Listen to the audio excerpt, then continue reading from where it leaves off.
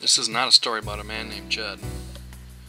This is a story about how a teacher tried to encourage his students to retake a test to better their understanding of the Michigan Merit Curriculum. If the students wanted to retake the test, they had to complete a review game based on the test review that I had previously given them. In case you don't know where Penfield High School is, it is a small suburb just north of Battle Creek, Michigan, about an hour away from Lansing. At Penfield High School, I am lucky enough to have a job in a new high school that also has a new laptop program. As one can imagine, the district has really put an emphasis on technology and learning. What better learning theory to use in the district than the social constructivist theory? The laptop program lends itself to construct meaning in a social setting with the different programs like Google Docs, Zoho, Dippity, or any other program that allows students to work together to create meanings. The students took the test on our Moodle site. It was comprised of mostly multiple choice questions, a couple short answer, and one essay question. Leading up to the test, the kids completed many socially learning activities designed to help them with their understandings of the basics of the Constitution.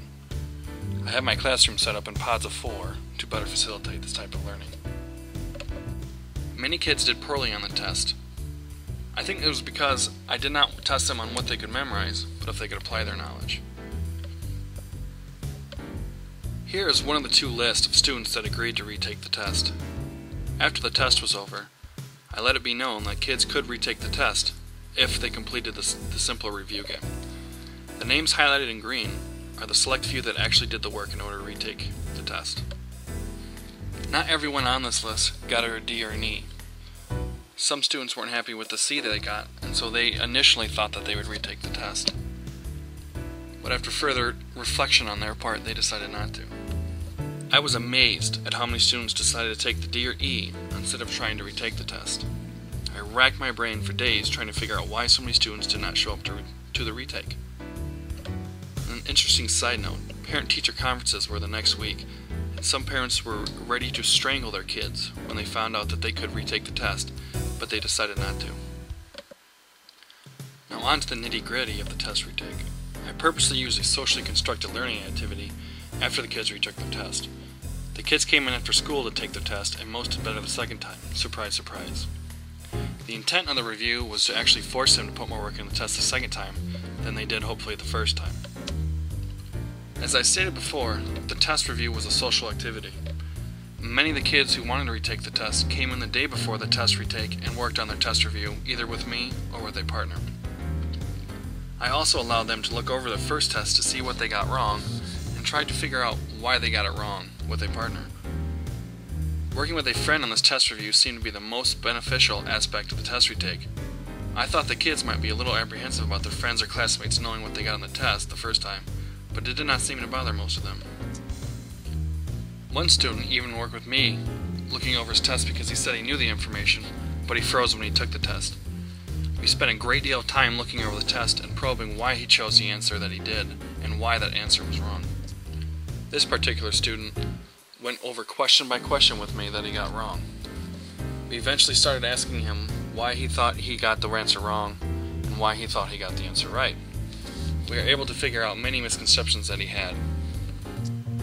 Most of the errors that we were able to find and that he eventually found by himself as I started to scaffold myself away from helping him were because he rushed through the test instead of taking his time to read the question and make sure he knew what the question was asking of him.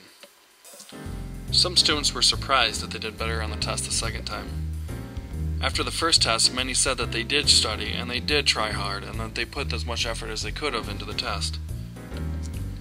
But after working with their partner, or with me, they were able to figure out why they got questions wrong and what they needed to do the next time that they took it to get the questions correct. I was very apprehensive about allowing students to retake the test. I felt that I would be teaching them that they could put in minimal effort the first time and give the test a go, even if they did not prepare for it. I wondered what lesson they would be learning from that.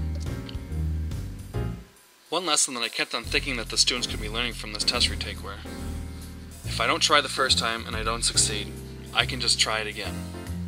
This teacher's soft and he'll let me retake it because he wants kids to do well. After some reflection, I realized that the lesson the students could possibly go away with besides the original one is that I can succeed on a test if I put effort into it. or that maybe I don't have test anxiety, I just don't know how to study for test. For most students who retook the test retake was a positive experience for them. The test review took more time than they wanted to do, and coming into school to retake a test after school did not sound like fun, but most walked away with a smile on their face, with the satisfaction of a better grade, and knowing that they can do well on a test if they put the effort forward.